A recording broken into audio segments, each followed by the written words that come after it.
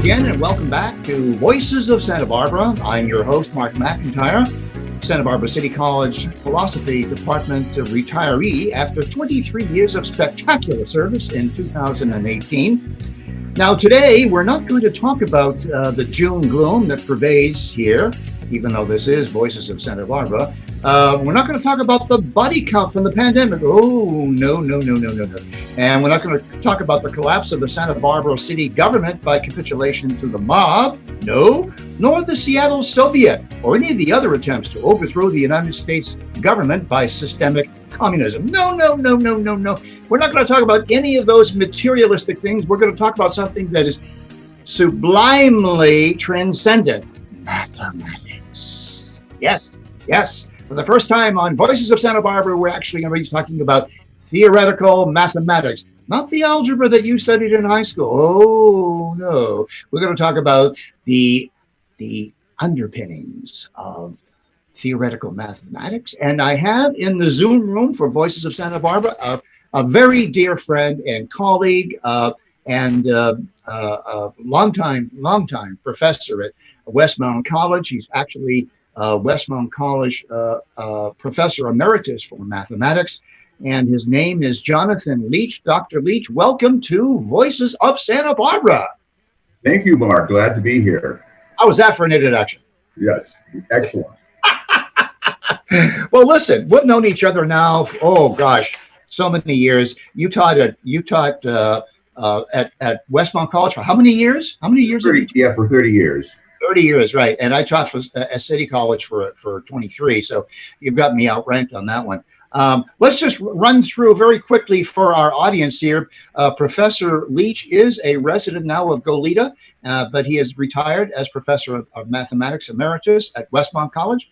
And they are very proud of him. And we're very pleased to have him on the show. I've wanted to have him on the show for a very long time. Anyway, his resume, I don't want to go through all of the degrees that he has, but he is a professor, a PhD in mathematics from UCLA in 1969. And working backwards, he was at Westmont College up until 2015. At McKinsey University in Sao Paulo, Brazil, he was a visiting professor in June and July of 1992. Also, the Universidad de Granada at Granada, Spain, visiting professor in July of 1988.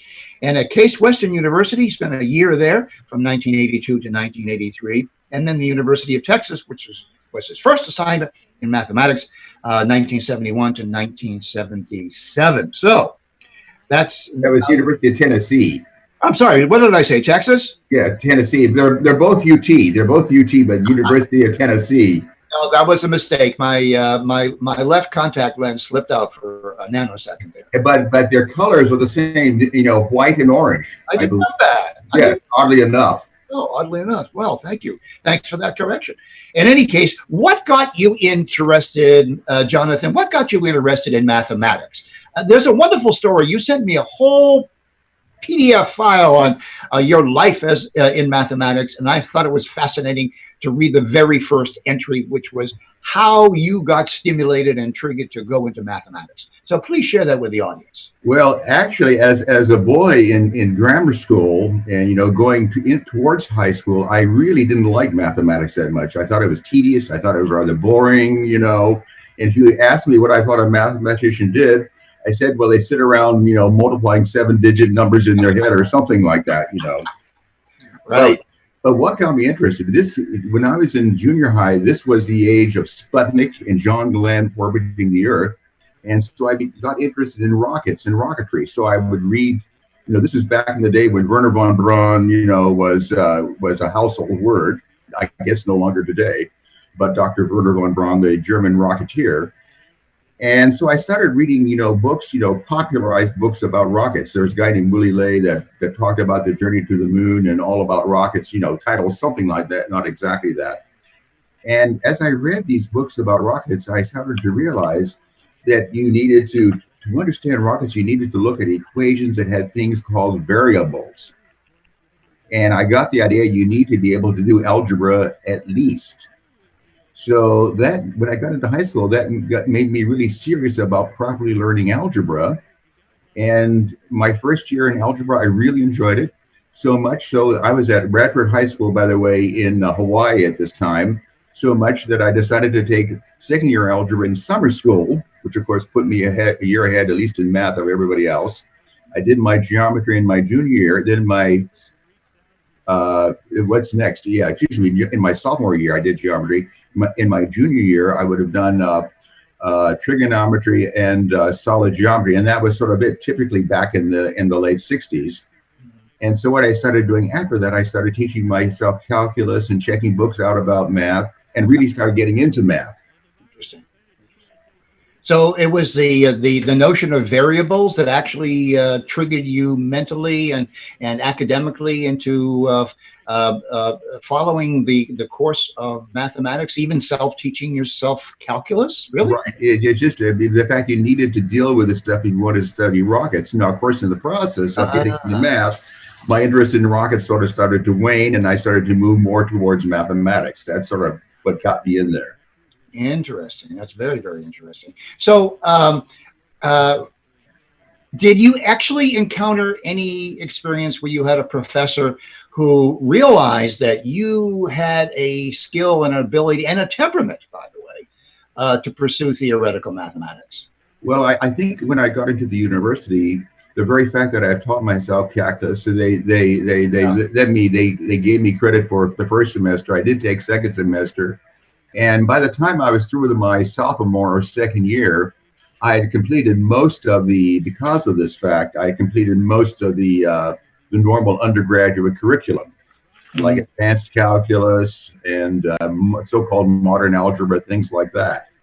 And then when I went into my junior and senior year, I did take some regular courses, but I also got a lot of tutorial classes from professors at the University of Hawaii. And so that was basically mostly what I was doing in math my junior and senior year. Yeah, I find it fascinating that you started off at the University of Hawaii. Is that correct? That is correct. We were living in Hawaii at the time, and so I went to Bradford High School, which was in Hawaii, and then I went on to the university, at Hawaii. And so that was and then graduated in in 67. Yes, I would have graduated in 67. I mean, living in Hawaii in 67, my God. I mean, most students were surfing and smoking dope, and you're studying variables. And, right, exactly, and calculus and so on. You must have been really popular on campus, I must tell you. Well, maybe with a few people, 2 or 3. 2 or 3 people. Well, those are the people that matter. Right, those exactly. Are the people that matter. Exactly. So after you graduated, tell us where you went then. Where did you go then? Well, what happened is, as I was going through my junior and senior year, I had been taking also courses in philosophy. Oh my gosh. Yes, I had taken, the history of philosophy. Before I did that, I sort of taught myself some of that by reading Bertrand Russell's Wisdom of the West. And also another classic, The Story of Philosophy by Will Durant. Oh, that's an excellent book. So I kind of knew some of the stuff. So when I was taking the history course, the 2-semester history course in philosophy, it was kind of easier for me. And then I started taking courses in logic in the philosophy department, and my instructor was Michael David Resnick, who was a protege of Willard Van Orman Quine at Harvard. Yeah, probably the most interesting and productive American philosopher. I would say W.V.O. Quine certainly was. He's dead now, of course, but he was a giant in philosophy, a giant. So I had taken courses in logic, both a beginning logic course and also a mathematical logic course, symbolic logic and mathematics, and dealt with philosophical issues. And Gödel's undecidability theorem. There are things that can't be proved and so on. So I enjoyed that. And then we were discussing my future, and he was a Woodrow Wilson Foundation fellow. He suggested that I apply for it. And so I did. And I also would have to apply for a National Science Foundation in case, those were the rules of the game. And so I was awarded both. And by the rules, I had to accept the National Science Foundation and went on to UCLA. and in large measure because, well, number one, it was close to Hawaii in case, I needed to go back real quick. And it's kind of one of those really personal things. Yeah. And my parents knew people in the LA area. So if their baby got into trouble, Right. there they were, and that kind of stuff. Yeah. But also because a number of the faculty at the University of Hawaii had connections with people at the UCLA. So I went to UCLA and got there in the fall of '67. Wow. And is that where you, that's where you matriculated with your PhD? Right, exactly. 2 years later. Now, we got about another minute before we take our first commercial break, Jonathan. And I just wanted to ask you, had you read the Principia Mathematica by Whitehead and Russell by this time? I had not read that, but I knew about it, certainly. And of course, the idea is that, before Kurt Gödel came along, and he wrote his paper in reference to the Principia Mathematica of Russell and Whitehead. Right. That in principle, if you had enough axioms, you had almost everything would be true, but Gödel showed it was much more complex. Yeah. And he ended up. Yeah. Go ahead. And Gödel, I'm sure there are people that maybe have not heard of him. He ended up at the Institute for Advanced Study in Princeton. He was from Czechoslovakia. Yeah. Ended up at the Institute in Princeton, and he was apparently a good friend of Albert Einstein. Yeah, well, the only reference that most Americans have with Gödel is an undergarment for women. That's right, exactly. But this is a good time to take our break, and I'm going to ask our engineer whether or not he's recording this. I hope he is. In any case, we're going to take our first commercial break. Please stay with us. I am Mark McIntire. This is KZSB AM 1290 News Talk Radio in Santa Barbara. Be right back.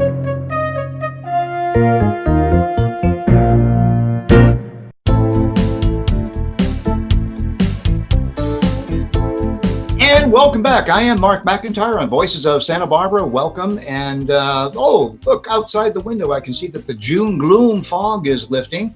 And on my show today in the Zoom room for Voices of Santa Barbara, I have a dear friend and a longtime colleague, Professor Jonathan Leech, PhD, Professor Emeritus in Mathematics at, yes, wait for it, Westmount College.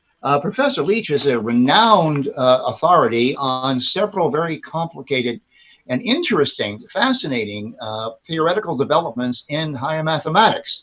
And believe it or not, we're actually going to be learning something about this. Of course, we're all lay people when it comes to mathematics, but we're delighted to have Professor Leech here. Welcome back to the show, Professor Leech.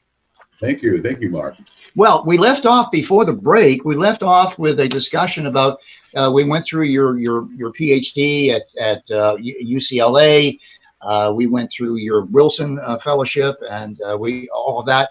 And we were talking about how you got interested in higher mathematics, theoretical mathematics, and it seemed to have evolved. Correct me if I'm wrong, Jonathan. It seemed to have evolved by your interest, your joint interest in both mathematics and also philosophy. Is that true? Right. Yeah. The philosophy played an important part. Yeah.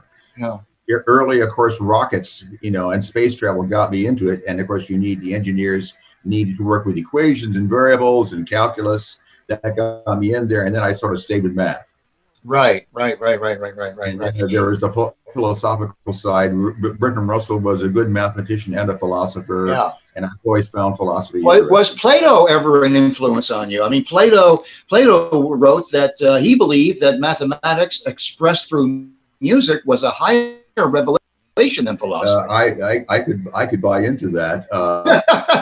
I'm sure you could. Yeah, he certainly had his academy, if I remember correctly. That's right. And Aristotle had was the Lyceum that Aristotle had. I'm trying to remember what that was. Correct. No, you're absolutely correct. You get an A plus right now. And well, thank you, Mark. And one of the things that happened at the academy, of course, is that geometry was taught and, of course, being developed also. And he saw mathematics as a very important part of the general picture of reality. Right. Yeah, and actually, Plato believed there's quite a bit of tension between Plato and Aristotle on this very topic, actually. Aristotle being the student of Plato.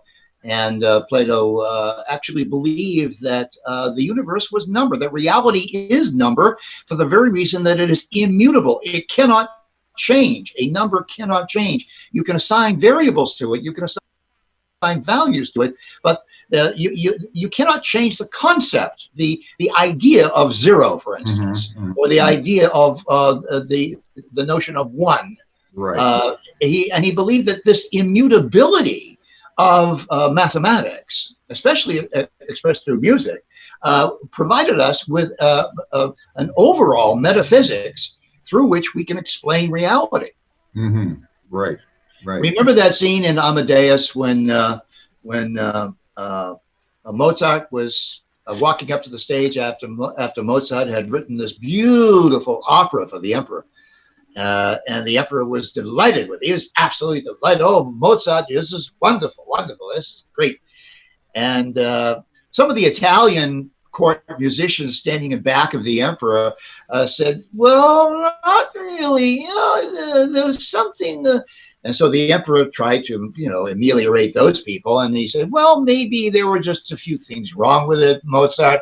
And I can't put my finger on it. And then one of the Italians piped up and said, too many notes.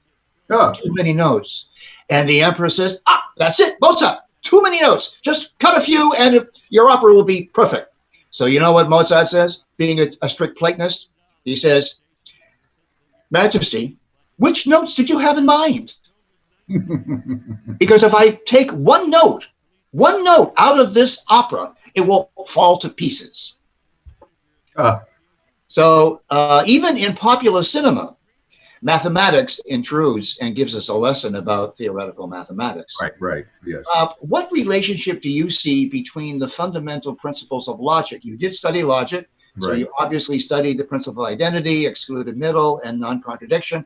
Those are the three fundamental principles of thought. What relationship do you, as a master, as a doctor of mathematics, what relationship do you see, if any? You may not see any, between theoretical mathematics and the underpinning of logic. Well, I think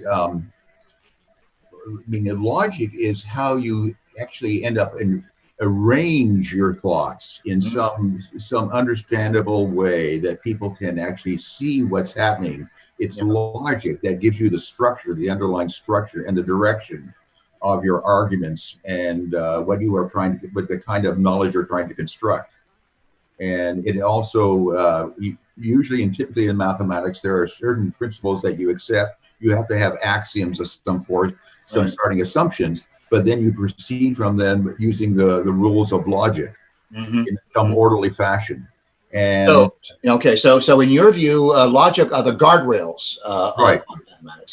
They keep you in your lane. So exactly. I see. So going back to Bertrand Russell and his Principia Mathematica, which he wrote with Alfred North Whitehead. By the way, he complained after he wrote that book that he broke his brain. He actually he actually said, my brain is broken. He said, I can't think. I can't think as clearly as I thought before this. So, quite an undertaking. I'm sure mentally very taxing to get all that information lined up perfectly. Yeah. But I thought it was. I was when I read that when I was an undergraduate, I was flabbergasted. I said, "My gosh, how difficult it must be to do really heavy lifting in mathematics." But you broke your brain doing it. Anyway, so back to what is your view of the conclusion of Principia Mathematica, and can you explain it to our listeners? Because I'm sure that they've heard of Russell, they've probably even heard of Principia Mathematica. I know our educated audience does. But what's your conclusion about their conclusion? As I recall, I haven't thought about the Principia that much for decades. You have to understand. So I'm sort of reaching back into my 20s, of course, and which was a number of decades ago, certainly. Yeah.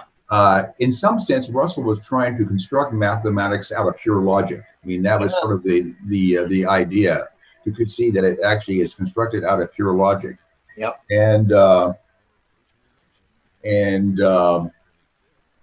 Wasn't there an element in the conclusion that they were trying to prove or disprove whether or not a system of logic or a system of mathematics can be proved in and of itself, inside of itself, or whether it needed to reach outside of its discipline in order to supply the underlying proof.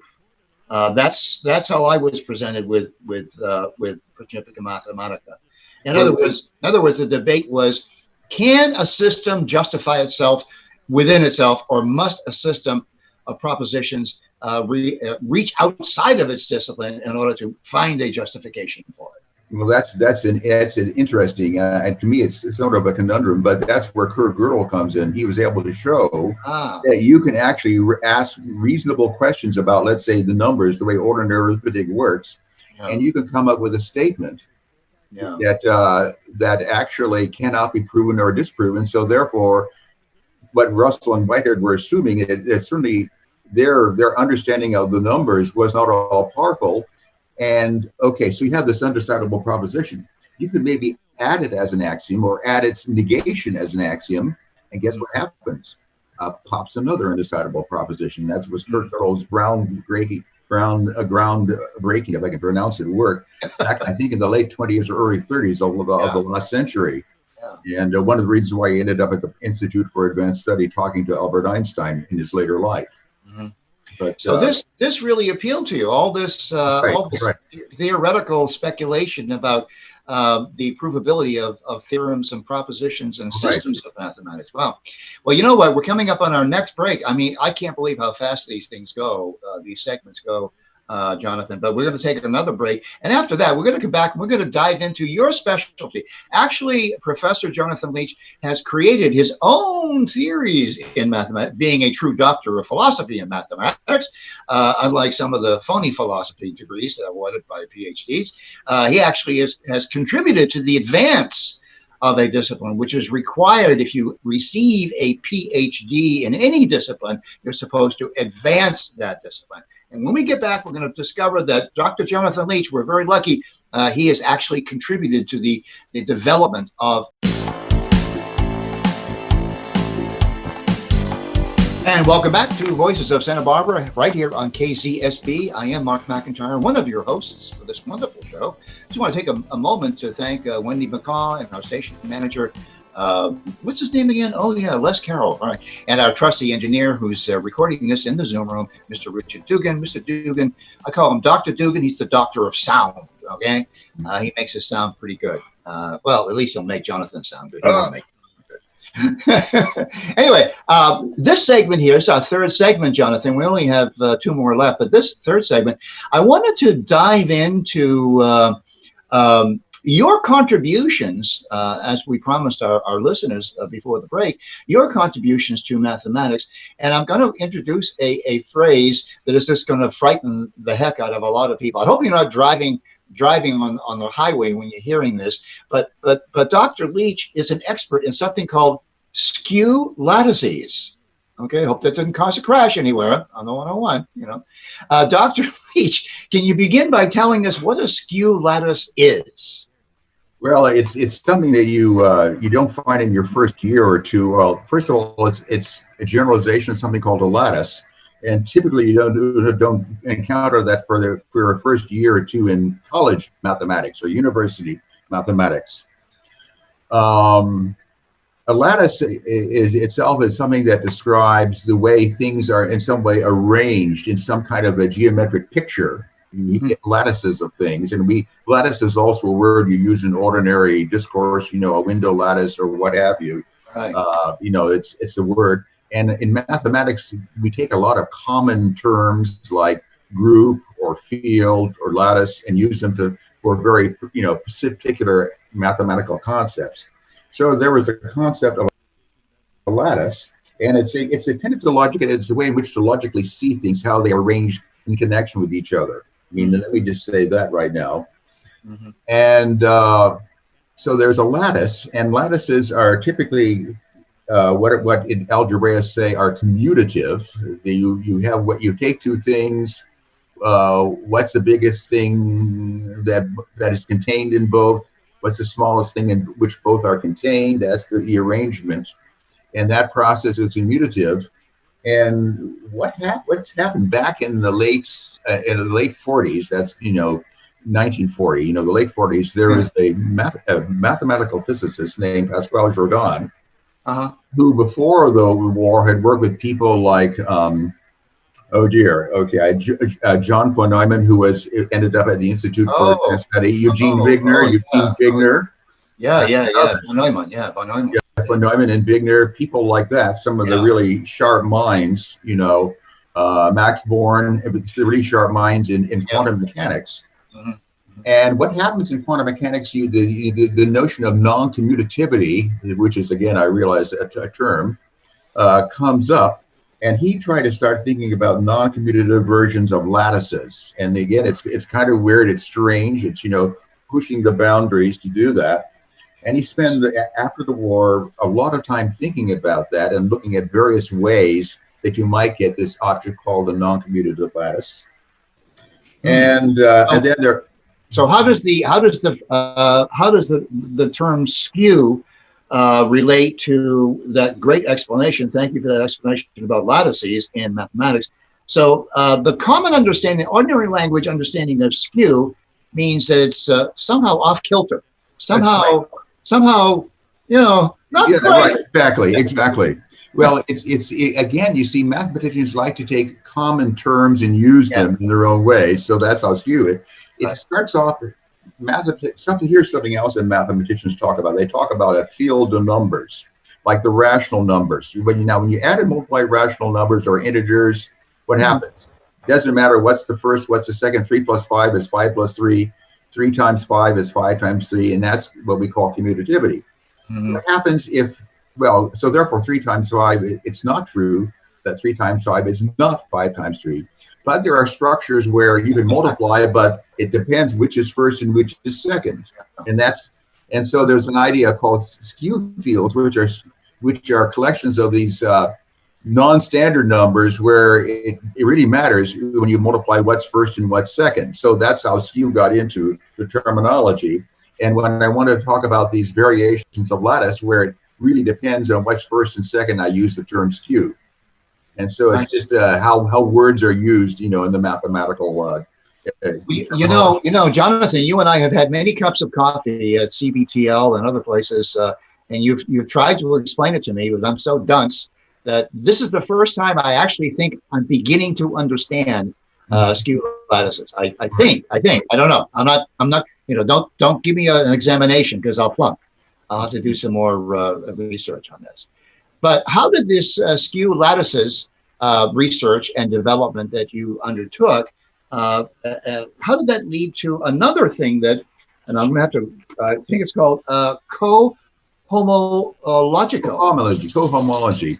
Well, yes. Again, now this is your work, right? You actually pioneered this. Okay. Well, actually, cohomology was around long before me. But I developed in a certain special context, and I've been doing, this is earlier work of mine. And so what happened is I was studying some ideas of a guy named Jonathan Mock-Beck, who had done work on cohomology, and another guy named Charles Wells, who had written about work that he had done and work that I had done on cohomology. And I was trying to sort of understand that and become familiar and see how I could use it. In the process, it's kind of like you take a couple of random steps, and I was led to something totally different, and to looking at what are called regular bands. So they're a band, again, is another cutesy term that mathematicians like to use. Yeah. And regular bands and rings. So you have all kinds of cute terminology here. And in the process, I came independently discovered these kinds of things that Jordan had been studying, you know, Pascal Jordan before, and I started to study them afresh. And the thing is, I came in with a certain type of non-commutative lattice in the process, and I was able to prove a number of very nice things, and I have been able to come up with nice examples. That's important in mathematics, to have actually nice examples. Yeah. And that got the ball rolling. And what's happened in the long run is I've been able, now here's the test, can you interest other people in it? You know, do other people get excited? Well, right. What happened, I discovered it back in 1983, when I was visiting Case Western Reserve University, basically as a guest of Charles Wells, who was at university at that time. And I realized I had something that I thought was interesting, but it took me several years to kind of organize things. I started really publishing in '89. From '89 to maybe about '99, I published a series of papers. Mm-hmm. And then after that, what happened, I started getting emails and letters from graduate students around the world. And that led to a new group of people studying it. And there was especially one woman in Slovenia named Karen Kvetkova, who was able to introduce a number of people who were very, very smart people. Thank goodness. When you get some smart people interested in your project, you're sort of, getting somewhere. Yeah. And have done a lot of nice research in the 21st century, in the first couple of decades. Mm-hmm. Mm-hmm. So, well, I tell you, we're coming up, believe it or not, we're coming up to another break. Oh, good heavens. Yeah, I know, go so fast. When we come back, I'd like to dive into some of the conferences that you've been to. And also there was a recent conference where you were the center of attention, and your work was the center of investigation and inquiry. I'd also like to get into the fact that you've been teaching for 46 years in the classroom, and we really should spend some time talking about, your experiences as a professor in the classroom of mathematics. Anyway, we'll be right back after these messages. I'm Mark McIntire. Stay tuned to KZSB AM 1290.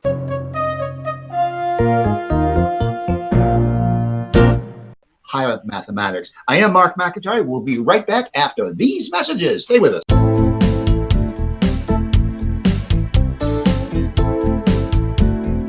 We're having a rollicking good time here talking about theoretical mathematics with Professor Emeritus Jonathan Leech at Westmount College. I am Mark McIntire, your host. Welcome back, folks.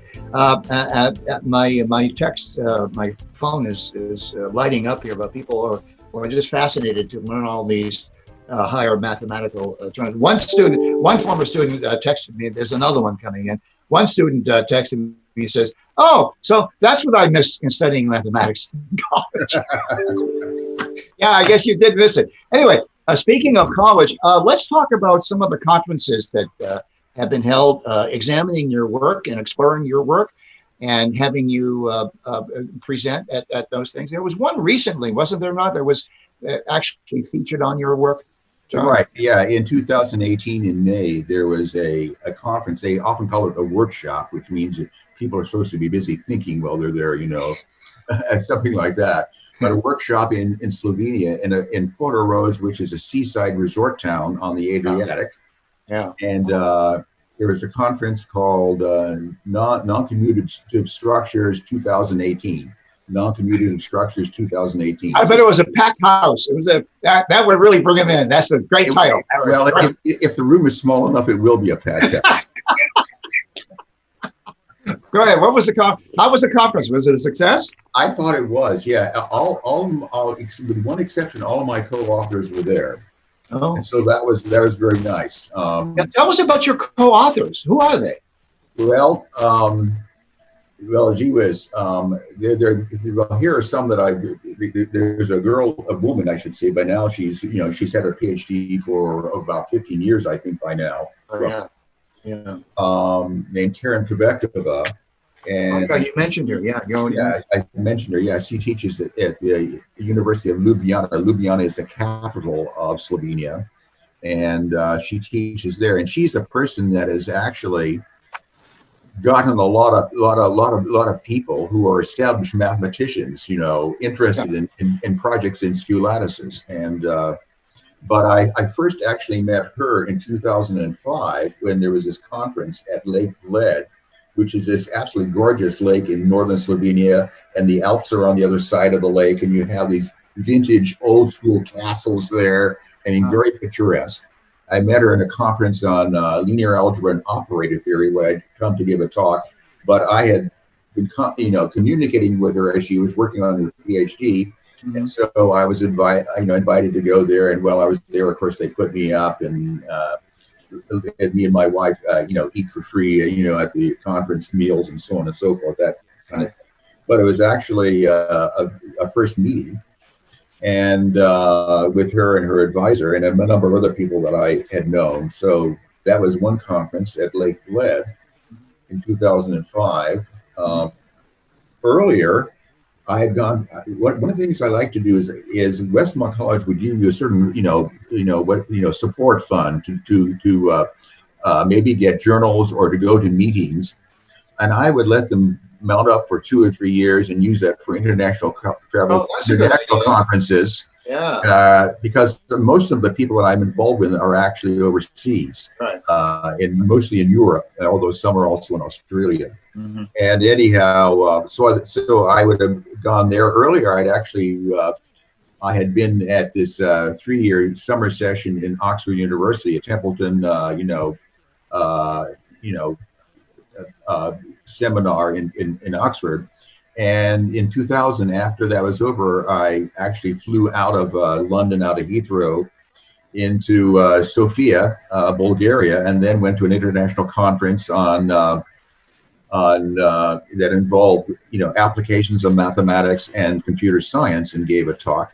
And there I met a Romanian PhD student that also was involved with it. So I've been involved with several students getting at least 4 students getting their PhDs. And some of them are teaching now. I think one teaching up at Vanderbilt or something like that. Right. Yeah. Well, these people that are teaching at Vanderbilt are actually Westmont College grads. Oh, really? Who went on to get their PhD. Yeah. Oh, Yeah. wow. So that's another story. Yeah.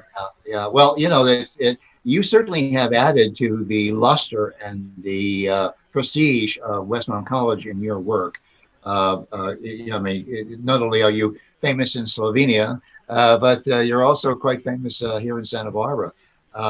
So we're going to be having a couple of discussions about your 46 years in teaching. Most PhDs working at your level, they disdain teaching. They're not interested in teaching. And we even talk about universities that are teaching universities as opposed to research universities, and never the twain shall meet. What's your perception? Did you find your years in the classroom to be as rewarding or not with your theoretical work? Well, it's rewarding in a different way, because when you're in the classroom, you're dealing with people. You've got people there, and you can look out of the classroom, you can see faces, and it's interesting what you see sometimes on their faces. Yes. And it's an interaction, and different classes that you teach. I'm not talking about the topic or whatever. Tend to have different personalities, just like different people. Different classes can have different what you might say combined personalities, shall we say. And some classes are a challenge, but some classes are just loads of fun, because you have people that are very interactive. They're not afraid to ask a question and interact, and that sort of thing. So it's usually sometimes it's a challenge, but usually it's a joy. All it needs is about 4 or 5 people that will speak of and maybe ask the questions that others are thinking, or maybe should be thinking, shall we say? Yeah. Yeah. And conveniently, those spark, I used to call them spark plugs. Yes. And they would trigger other students to get. They would say something interesting or outrageous or even funny. Right. I had one student. He was an avid surfer, and his nickname was called Worm. WORM. Yeah, I'm not joking. This is a logic class, okay? Logic. So I was holding a discussion one day. You'll love this one. I was holding a discussion one day, and we were talking about language. And so one of the little cupcakes up at the front said, porpoises have a language. And I said, that's a very interesting concept. Let's explore that. How many people in the class think that porpoises, very intelligent creatures, very intelligent mammals, how many people think they actually have have a language? And so the discussion went on. So I saw the back of the room where the surfer boys hung out. They wouldn't come up front. They didn't like to get involved in conversations at all. They listened with blank stares on their face. So I said to Worm, what would you say if you're paddling around out there in the ocean and all of a sudden the porpoise pops out of the water and says, "Hey, Worm, you want to come down and listen to my new CD? I just cut it." So the class laughed. Everybody was laughing. Laughter calmed down. And then all of a sudden, I said, "What would you say?" And he said, "Dude, I'd paddle in, dude." True story. I paddled in. I'm not going to tell you how he got his name, Worm. Okay. Anyway, I'm going to give you a little more time for the last segment of the show. So we'll take our break here now at an early point, and then we'll come back and we'll find out about how your life now is in retirement with your beautiful wife, Ashira, and what you're enjoying here in Santa Barbara and what you're working on for the future. So we'll be right back after these messages. I am Mark McIntire. This is Voices of Santa Barbara.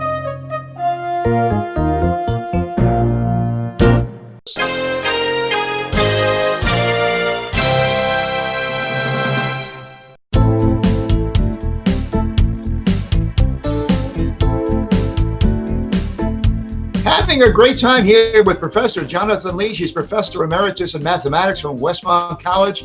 And the reports, there have been several accidents up on the 154. People listening to our program, they can't figure it out. All the skew lattices and all kinds of strange stuff. They it's just very chaotic. Anyway, this is our last segment, and we've had 4 segments to have Professor Leech introduce us to his work. And we were just talking before this break, we were talking about some of the students that are now, former students at Westmont College that are now overseas and at other universities around the country. But we want to spend this time, this particular segment, on finding out, Jonathan, how are you enjoying your retired life, and how are you enjoying married life? So you're living with your beautiful wife, right. Shira. And so how are you enjoying all things? I'm enjoying it very much. Of course, life, throws its challenges every now and then, the COVID virus and, oh, yes. What has happened. Yeah. But I'm enjoying it. I'm trying to, not be too stressed by some of the stuff that's going on out there. Right.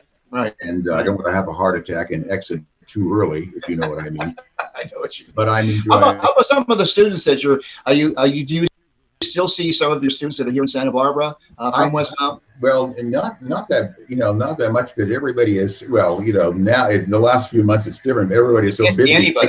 Everybody gets busy in their world. But I've had some very fine students. There was one student that I had named Manuel Manny, who was just a very fine student of mathematics and physics, who went on to get a PhD at UC Berkeley in algebra, as I recall, and then did a postdoc, I think, at UC San Diego, and for a number of years has, but a very fine student, with a great, not only good in math, but also as a person, as an individual, and a guy that, if you know how to laugh, if you learn how to laugh in life, sometimes that's half the battle won.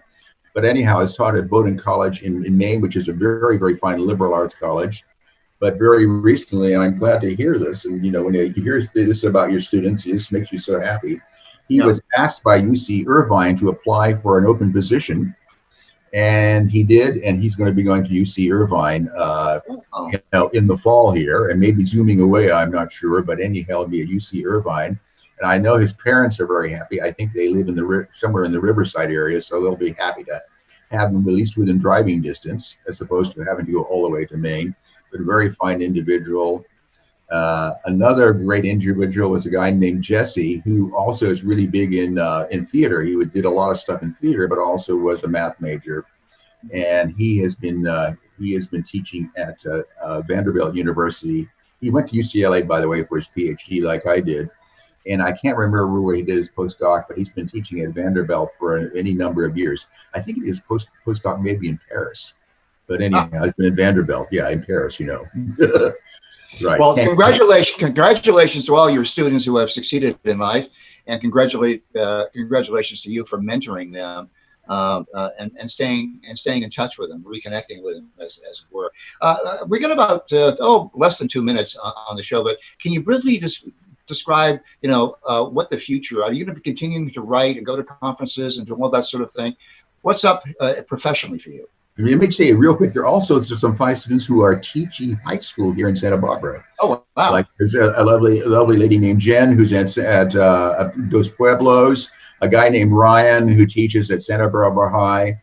And, I'm sort of missing the name, but Cheryl, I believe was her name, who's in Santa Barbara High. So and there's one at San Marcos. So there are there are people that I've taught that are influencing young minds, and in Santa Barbara, That's area true. right now. That's But terrific. That's absolutely terrific. That's wonderful. That's wonderful. I didn't realize that you were repopulating the faculties of high schools as well. right, doing my best. Very good. So what's up for the future in terms of your professionalism? Well, I'm still interested in being involved, and maybe more in a mentoring stage, maybe. But I did get a paper, a co-authored paper, accepted on Monday, so it's still going on. Had there not been a COVID virus and all that stuff, and had things not shut down, there was going to be a meeting of the European Congress of Mathematics in Europe, and I was going to go to that in July. Well, we're going to have to cut it short because we're running out of time. And Okay, I just want to thank you so much for enlightening us, and we're going to have you back on the show. Thanks very much, Mr. Dugan, and thank you, fans, for listening to the show. I am Mark McIntire. We'll see you later next time on Voices of Santa Barbara.